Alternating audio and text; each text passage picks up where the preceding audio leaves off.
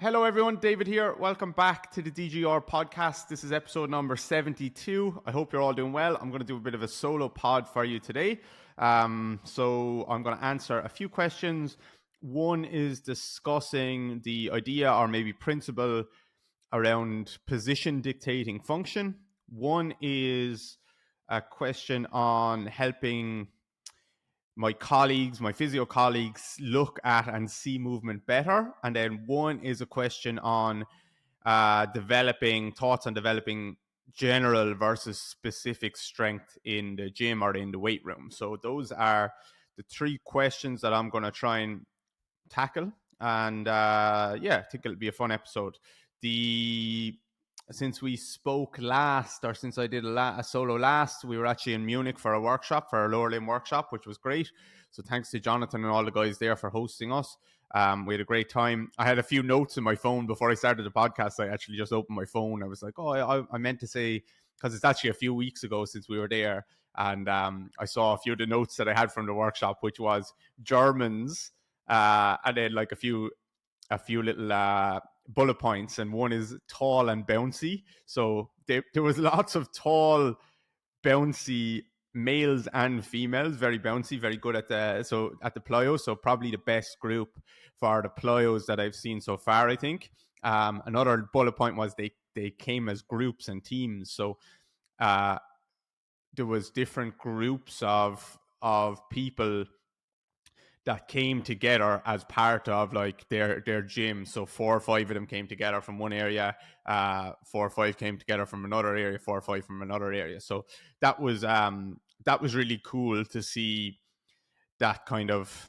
There's probably not as much of that in Ireland, to be honest. It's smaller, like 1 and 2 people teams, and they seem to really like collaborate well together between physios and coaches and stuff like that. So that was really interesting. Another bullet point was they really like measuring things, which I think we probably knew about Germans anyway, but a lot of the questions were around like how do I know when someone is ready to progress, and looking for kind of more objective measurements. And I'm much more of a fuck around and find out kind of guy. So that was interesting for me. It made me think like, how do I explain this better? How do I figure out how to make the progressions that we use, and like they don't have to be viewed as progressions because it's not always just viewed as rehab, it's training in general, but how do we view kind of nudging people forward? How do we know when they might be ready for this next exercise or whatever? So that's something that I've been thinking about a little bit, but I don't know, maybe it's just different personalities. Like, so with my clients, I push people on quite aggressively, quite fast. Not fast, I won't say fast, but I am quite aggressive with progressing people on. But we have a lot of like logical steps, and you'll see different exercises, obviously on Instagram or whatever, or DJR or in the workshops or whatever, where you'll see logical steps where we just nudge people forward. But we're always trying to nudge people forward. Now, not to say like you always need to get to the next exercise, let's say. Like, I don't want people to think like we should be milking out our exercises for all that we can. Absolutely milking them out before trying to change things all the time. I don't mean that, but I mean like if you're trying to get someone back to running, like you're nudging them forwards through their plyometrics, let's say, all of the time. You're nudging them forward into higher speed running all of the time. And I don't necessarily feel like I need a computer to tell me when someone is ready to be nudged forward, because we have a lot of just logical progressions where it feels to me at least like if you do this well, if it looks good and you get good feedback from the client, then it looks good, like they should be ready for the next thing. It's not a massive leap forward. And suddenly, like when you have a smart, logical and safe, of course, step-by-step type of progression, let's say, you kind of end up where you want to be pretty quickly without ever feeling like you've taken any big risks. So that was interesting. And don't get me wrong, like I do have clients obviously go and get testing done, biomechanical testing, strength testing done when they need it. But a lot of the time that's as much or maybe more for them than for me, where they're getting some feedback on where they are, what they need to work on. But it doesn't really change that much. I don't think what we need to work on, because I think if you have a good eye and you're just, yeah, I just think a lot of the time it's obvious what people need to work on. So I think Germans love measuring things, and maybe me, or maybe Irish people, I don't know, I'll just say me, are not so much of a measurers. So that's just an interesting little thing, and maybe we need to meet in the middle a little bit. So that was good. And then we also had an interesting conversation on the Saturday night, which is not something I had thought too much about, and it was more about the content creation side of things. So some of the guys that were there, like, they create a lot of content and a lot of really good content, but it's in German. And I asked, like, do you view that as a good thing or a bad thing? Do you view that as positive, that obviously you're creating content in German, so you're going to be attracting a German speaking audience, which maybe means like it's easier to stand out for that audience because there's less people creating content around biomechanics and rehab and all that stuff, like in this world, in the German speaking community? Or do you feel like it's actually a massive cap, let's say, on how far you can actually progress things? Because the Germans were at, let's say, they came to my workshop. So I'm speaking English, they can come and they can attend my workshop, which is obviously great for me and hopefully great for them as well. But I couldn't go to their workshop if they were doing it in German. So, and I can't really consume their content if they're doing it in German. So yeah, I think it kind of came back that it was, like most things, like a little bit of a positive and a little bit of a negative, where it was maybe a little bit easier to stand out in Germany, but of course, like, you're going to be limited, and you're going to struggle to, you're not going to be able to reach the masses as well. So yeah, that's not something, it just made me realize like how lucky we are to actually have access to the world, basically, by speaking English. And yeah, that was something to think about. And I never really thought too much about that with regards to people who speak different languages. And do you choose, okay, I'm going to double down and just do everything in English, even though it's my second language, and even though I'm going to alienate some of my local people, versus I'm going to do everything in German and just focus on this market as much as I can. So yeah, something interesting to think about. Okay, which question will we start with first? So yeah, Munich was a brilliant workshop. One of the best groups I think we've had so far. Super fun. Really enjoyed it, and I expected that because that sold out in like 24 hours. So obviously that kind of tells you that people were really keen to come. So thanks to everyone who came, and yeah, hopefully we'll be back again maybe next year potentially. Okay, so first question: would you consider position dictates function, that's in quotation marks, as a fundamental principle of human movement? Good question. So that's something you'll hear a decent amount. Position dictates function. I think it's an important thing to think about and to understand what people are saying when they say that. The one word that I might have an issue with there is dictates. Position dictates function. I would say position influences function might be a bit more accurate, because when you start to work with injured people, you start to realize that a lot more than, actually, sorry, when you work with any population, you should realize that it's a lot more than just the position of their bones that dictates function. And it is always having a massive influence on function, but so is so much else as well. So, for example, like after an ACL injury, there's going to be a ton of inhibition around the quad. And I don't even mean like immediately after. I mean, let's say 2 months after, there's still going to be inhibition. Let's say like 6 weeks after, people might be struggling to get the quad kind of firing, quote unquote. They're struggling with that connection there. And you can put them in a position to try and dictate that function. So you can put them into a leg extension with the perfect pelvic position, the perfect setup on the machine, all this stuff.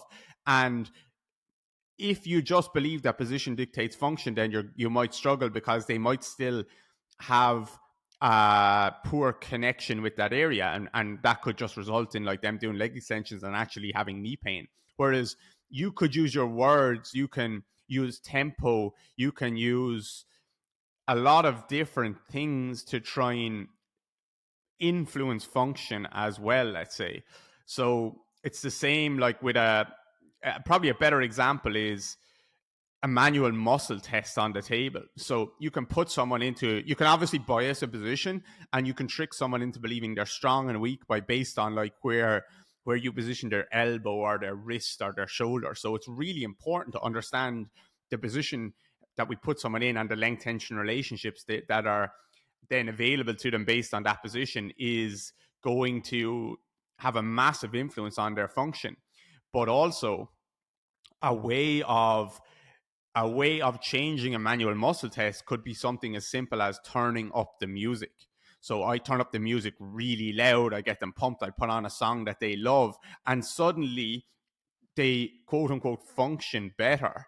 They appear stronger, they get more motor output there. So in that instance, also, like, I could put them in the let's say a really good position where they should be really strong in this position, but I can use words and maybe make them feel maybe unsafe in that position, and they'll get less motor output. I could also get them to look in a certain direction with their eyes, and they might get less motor output.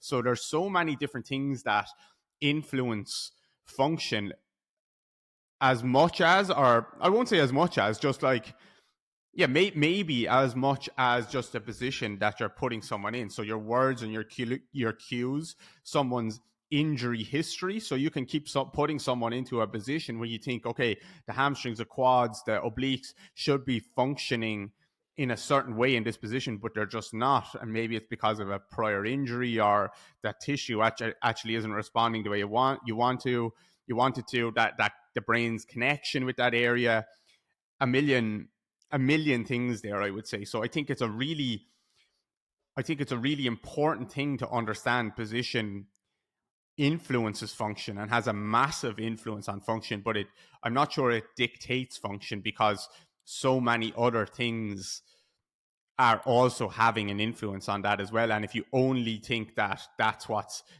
dictating it, like, oh, I just presume that if I put someone in this position, XYZ is going to happen, I wouldn't be so sure about that, because that kind of separates bones and tissues from the nervous system and what's actually happening under the hood. Let's say how a nervous system is interpreting it. And for someone, for example, like, I had patellar tendinopathy for a long time, and there was days where I was in a position that should have had the quad doing what I wanted it to do, and pain would dictate function. Because it was so sore, there was no way that I could get my quad firing in that instance, or firing like I would want, even though I don't love that word firing. But it wasn't doing what I would want it to do, and people could keep changing my position all of the time and tweaking my position, but it wouldn't work. It wouldn't do what I wanted it to do, because it was just too painful. And this also speaks a little bit to the gait cycle stuff and the movement stuff, where just movement in general, where if you look at someone's gait cycle, let's say you're watching someone walk and they're not doing a certain thing. Again, we'll stick with like the patellar tendinopathy. So they don't look like they get into mid stance, and you're trying to do things that get them into mid stance. Looks like they won't bend their knee, and you start to think, okay, like, they won't bend their knee. Maybe they're not able to pronate their foot. They're not able to drop their shin forward. Maybe they're not able to internally rotate at the hip. Maybe they're too anterior tilted or posterior tilted, or center of mass is too far forward. A million things. That could all be true, but also they could just have a very sore patellar tendon on that day. And if you actually just get that analgesic effect by warming up, suddenly you see their gait change. And actually, that's now they have like a really good looking gait cycle. They pass through the phases, no problem whatsoever. So in that instance, a painkiller could influence function. You know what I mean? Like a man doing manual therapy could influence function. You haven't changed the position. You've actually changed how the nervous system is interpreting what's going on. You've dulled down a sensation, or you've turned up a sensation, or a million other things. So a warm up can influence function in that way. And the position could be the same, except, well, now they can access a different position because of that. So I I wouldn't. So the question is, like, would you consider it a fundamental principle? I don't know. I actually should just Google like what fundamental, like how what the definition of fundamental principle is. Does that mean like that's kind of mostly set in stone? Um, I wouldn't consider it a fundamental principle. I would consider it a very important concept to understand.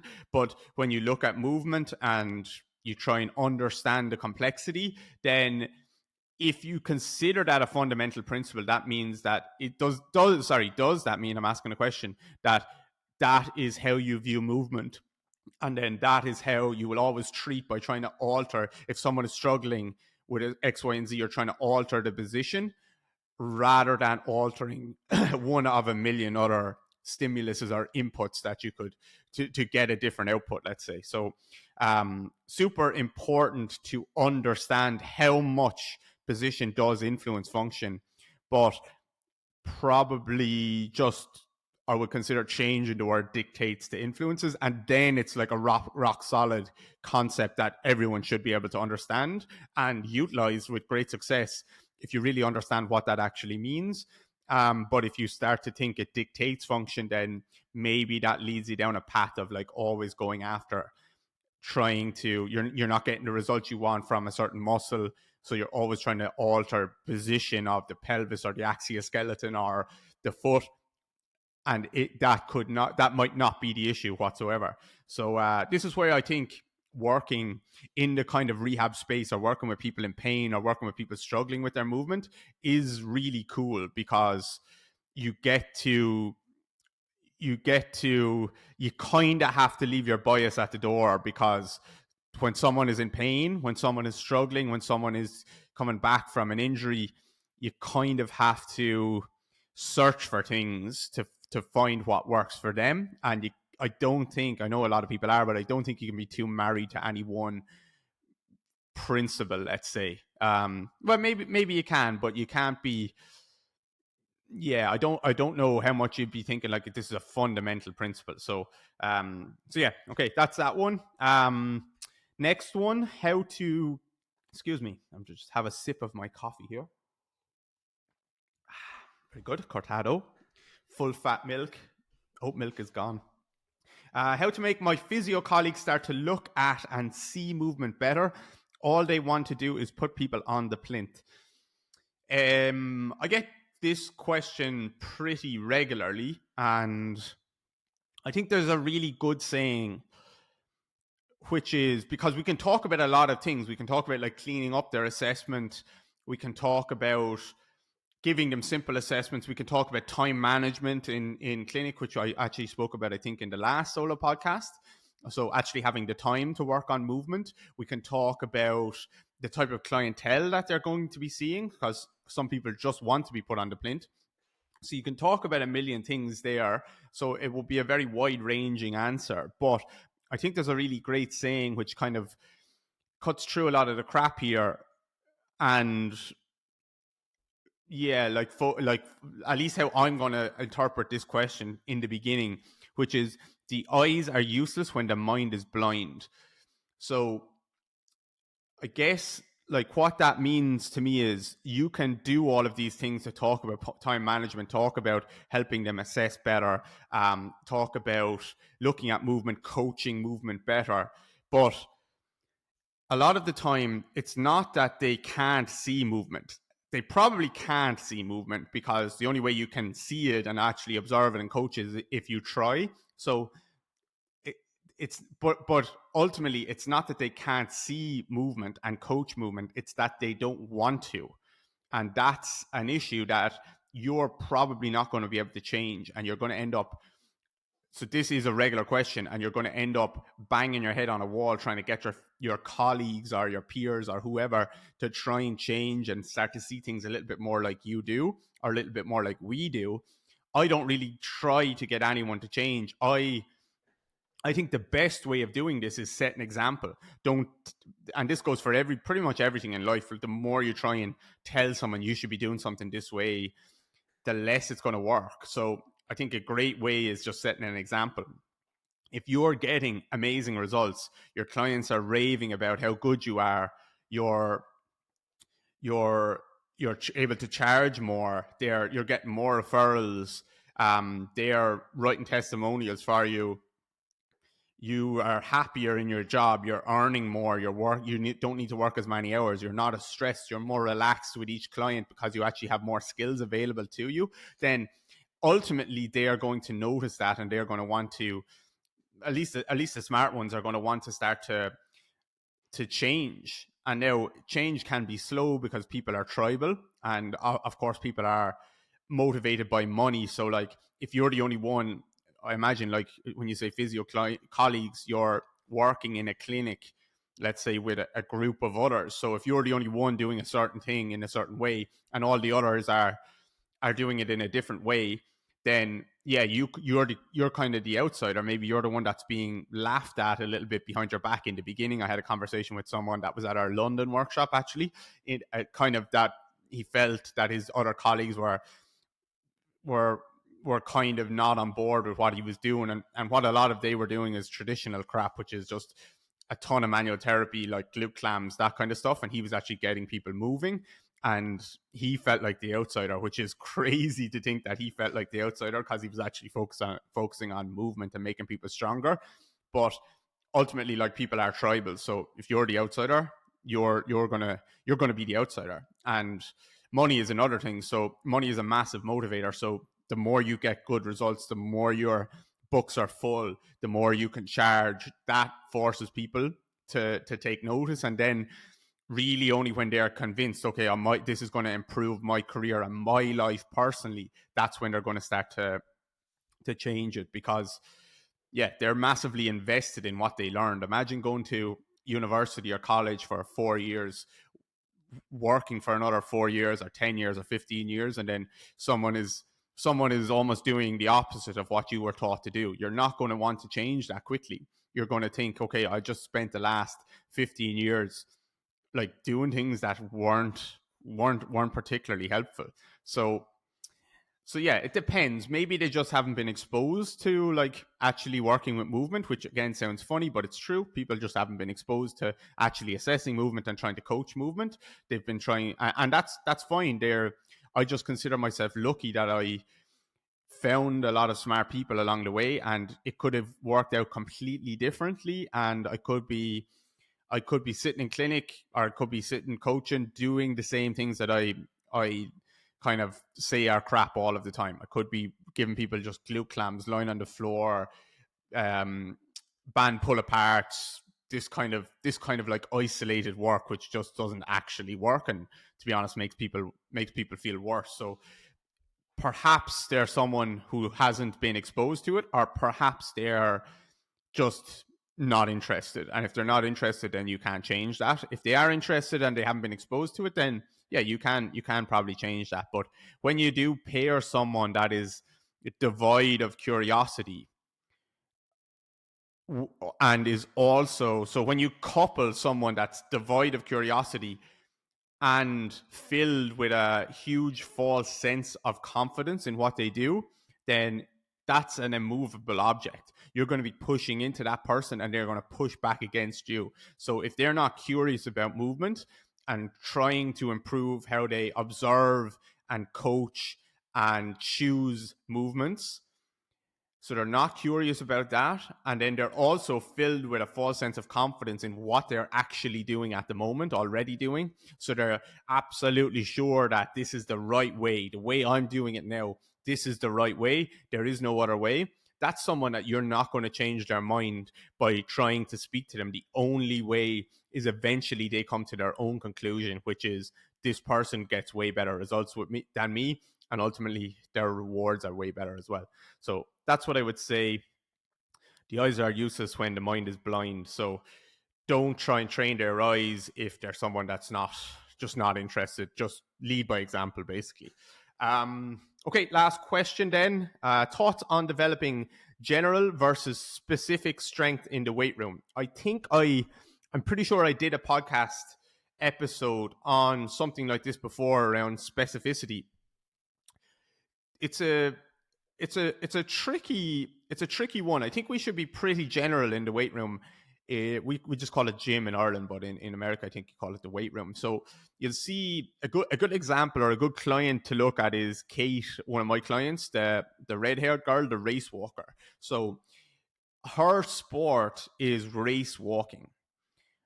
How much strength do you need to be a race walker? Not that much, really, not that much. Now, I'm not saying that they're not strong. They are strong. And I'm not saying they're not good athletes. They are good athletes. But I mean, like, how much do you need to be able to squat and deadlift to be a good race walker? Probably not that much. But am I getting Kate to squat and deadlift? And actually, a better example is we're actually doing a lot of plyos and all this stuff, throws. Does she need to actually leave the ground and come back to the ground again? No, because they're actually not allowed to have 2 feet off the ground at the same time. And we're doing a lot of work where she has 2 feet off the ground at the same time. And I'm teaching her or trying to help her system learn how to manage these collisions better and in a different way than she gets in her sport. So I'm trying to be as unspecific as possible in her training. And I'm trying to develop her into the best, as much of a well-rounded athlete as I can, because she focused for such a large part of her life on trying to be a race walker, which obviously that's her sport. Obviously her goals were to go to the Olympics, or are to go to the Olympics and do all these great things. So, but her body started to kind of mold and morph into race walking. So she would, when she was talking to you, she stood in a way a race walker would stand. When she was walking like around the gym, she would walk in that way. When she was squatting, she would actually squat in that way. I have videos, like you'll see, she rocks from heel to toe. She never pressurizes the midfoot because they're not allowed to bend their knee. And if you can't bend your knee, you can't get your weight into your midfoot. You can't pressurize the midfoot. So all of that work that we're doing is completely, and it couldn't be more unspecific to our sport, but we're building strength in a way that's completely unspecific. That's making her a more well-rounded athlete so that she actually feels good and there's some variability in her life rather than just always moving in the way that she moves in her sport. And race walking is a kind of extreme example of that, but it's pretty much every athlete. Like you look at a sprinter, they will race towards, in just their walking or their squatting, they will race towards max propulsion, mid stance and max propulsion and late stance very, very quickly in a squat. They will push towards the front of their foot. They will extend their back. They won't squat very deep because they don't need a lot of dorsiflexion in sprinting. They don't keep their heel down in sprinting, and why would they? And why would we want them to? But does that mean that when you get into the gym, you never keep their heel down for anything? No, because maybe they start to pick up some little issues around the Achilles. Maybe like the only reason we're doing like heel down work, like a simple little pronation rep or something like that with the heel down, not trying to teach them to run with their heel down. We're just using it to mobilize the midfoot and the rear foot a little bit. That's all. It's unspecific to what they're doing. If someone else, like, I don't know, if someone else is doing a sport where your heels are down all the time, I'm probably going to actually take your heels off the floor and do loads of work with your heels off the floor in the gym. So I'm a lot of the time I'm being super unspecific, but just trying to make people strong generally. But what I will say is I am specific with certain things that I would like to see happen in a lot of unspecific movements. So I'm super specific within, like, if I start to zoom in and go a bit more micro with it. So, for example, when I get someone or when I want someone to push through the floor, I'm specific with where I want them to push through. It's going to be more from the middle part of their foot, this kind of mid stance position with a positive shin angle. it's going to be maybe slightly towards the inside of their foot. So a slightly more pronated state, and it's going to be in this middle and max propulsive position. So I'm super specific that regardless of the exercise. Now, it depends. Like if you're doing a reverse sled walk, you're going to be pushing through your heel because you're moving backwards. So it does depend. It definitely does depend. For the most part, I'm very specific with where I want them to push through, because I have like a key principle of internal rotation is how we push through the ground, or how we push through the ground best. So how we really can push through the ground best is some internal rotation. And that's going to come in that middle and max propulsive position. So that's what I'm going to be specific with, regardless of the exercise for the most part. But of course, there's some examples where that wouldn't be the case. I want people to be able to pressurize the midfoot, which comes along with that.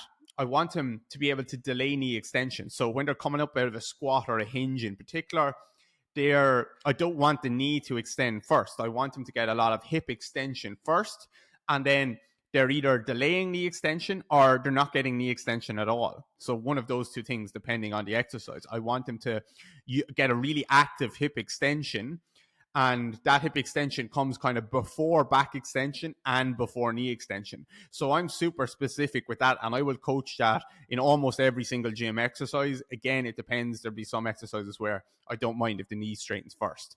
But for the most part, we're delaying knee extension. We're getting hip extension before back extension and knee extension. In the episode that I did with Jonas Dodu, the Speedworks episode, I don't know what number it was, but in that one, he spoke about he actually spoke about something similar, which was cool. He has a cue like with sprinting or acceleration or whatever it is, bum before back.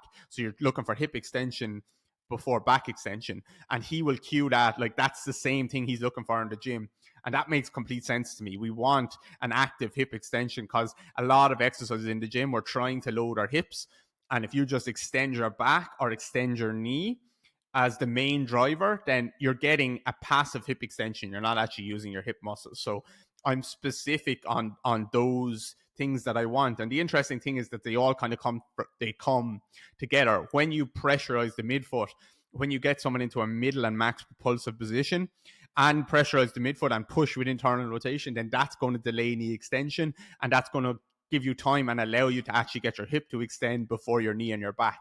So that's where I'm super specific with how I want people to move in the gym, but it's not doing specific exercises necessarily that are specific to their sport. I think that's just specific to, I think that's just specific to really good movement in general. And the issue I see is when people try to get generally strong in the gym, a lot of the time they do it in a way that promotes the exact opposite of all the things that I just described. And the issue isn't that they got generally strong. People think, okay, there's no transfer over to their sport because they just got generally strong. I don't think that's the case. I think there's no transfer over to their sport not because they got generally strong, but they messed up a little bit of the patterns that we want in movement. When we push through the floor, we want to push in this way. It's not really debatable when you look at sports movements, tennis, soccer, golf. Anyone who's any good is doing these things that I just described, them four things: push from middle and max, pressurize the midfoot, delay knee extension, get hip extension before knee and back extension. Anyone who moves well does those things.